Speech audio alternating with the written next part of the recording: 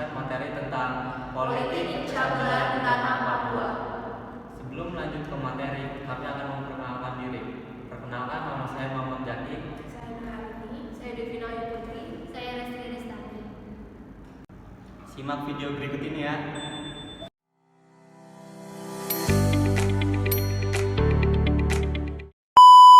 Nah, kan lagi ramai nih di berita tentang OPM. OPM itu apa sih? Nah, OPM itu sendiri atau yang biasa disebut Organisasi Papua Merdeka adalah gerakan separatis bersenjata yang memiliki tujuan untuk mencapai kemerdekaan bagi wilayah Papua dari pemerintahan Indonesia. Gerakan OPM terdiri dari 3 elemen utama. Yang pertama ada kelompok unit bersenjata. Kelompok-kelompok ini menggunakan kekerasan sebagai cara untuk mencapai tujuan kemerdekaan Papua. Yang kedua, kelompok yang melakukan demonstrasi dan protes. Papua melakukan aksi demonstrasi dan protes guna menyuarakan tuntutan mereka terhadap kemerdekaan. Yang ketiga, pemimpin yang berbasis di luar negeri. Gerakan ini bertujuan untuk meningkatkan kesadaran akan isu-isu di wilayah Papua serta mendapatkan dukungan internasional untuk perjuangan kemerdekaan. Istilah-istilah gerakan OPM ada 3, yaitu kelompok kriminal bersenjata atau KKB, kelompok kriminal separatis bersenjata atau KKSB, yang ketiga kelompok separatis teroris Papua atau KSTP. Tadi kan udah dijelasin ya pengertian OPM itu apa. Nah, sekarang nih sejarah OPM tersendiri itu apa sih?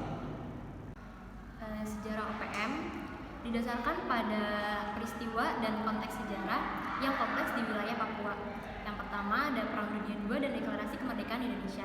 Selama Perang Dunia Kedua, Hindia Belanda atau yang disebut dengan Indonesia sekarang ini dipandu oleh tokoh seperti Soekarno untuk menyuplai minyak demi upaya perang Jepang dan menyatakan kemerdekaan Republik Indonesia pada tanggal 17 Agustus 1945. Di wilayah Nugini Belanda yang dikuasai oleh Belanda dan Nugini Britania yang dikuasai oleh Australia, kedua wilayah itu menolak adanya penjajahan Jepang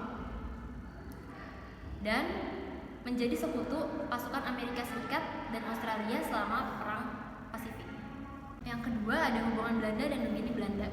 Sebelum perang berakhir, terdapat hubungan antara Belanda dan Nugini Belanda yang mengakibatkan pengangkatan warga sipil Papua ke dalam pemerintahan. Namun, setelah pemerintahan Indonesia diaktifkan pada tanggal 1963, teritori Papua dan Nugini Barat berada di bawah pemerintahan Indonesia. Nah, yang ketiga itu pembentukan OPM.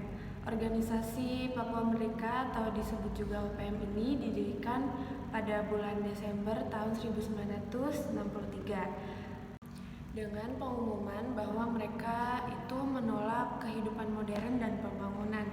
Nah, pada awalnya OPM ini merupakan gerakan spiritual kargonisme, yaitu menggabungkan kepercayaan adat dan Kristiani.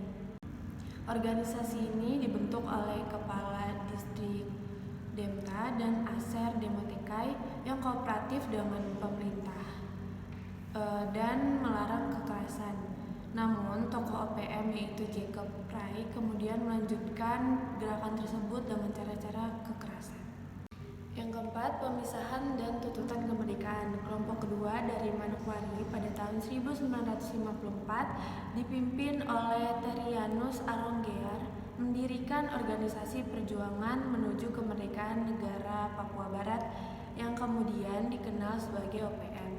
OPM mengirim dokumen ke PBB untuk meminta peninjauan kembali persetujuan New York dengan menyusun rancangan susunan Kabinet Papua Barat dan menyuarakan tuntutan kemerdekaan. Yang kelima, Perjanjian New York dan kontroversi. Perjanjian New York dirancang oleh Robert Kennedy dan ditandatangani oleh Belanda, Indonesia, dan Perserikatan Bangsa-Bangsa pada bulan Agustus 1962. Perjanjian New York memberikan jeda 7 tahun dan menghapuskan wewenang PBB untuk mengawasi pelaksanaan akta tersebut. Hal ini menimbulkan kontroversi dan ketidakpuasan di kalangan beberapa kelompok di wilayah tersebut termasuk OPM. Yang keenam, gerakan separatis dan tanda-tanda kemerdekaan Papua. Sejak itu OPM terus menjadi gerakan separatis bersenjata yang menyuarakan tuntutan kemerdekaan bagi Papua. Setiap tanggal 1 Desember mereka mengibarkan bendera bintang kejora sebagai simbol kemerdekaan Papua. Namun, aktivitas OPM juga telah menimbulkan tuduhan makar dari pemerintahan Indonesia. Nah, jadi seperti itu penjelasan dari kelompok kami tentang politik pecah belah di tanah Papua. Kurang lebihnya kami mohon maaf. Wassalamualaikum warahmatullahi wabarakatuh. Tunggu dulu, Res. Kesepian tanpa kekasih. Cukup sekian dan terima kasih. Sekian dari kami pamit undur diri karena kalau maju saingan teman sendiri. Jual.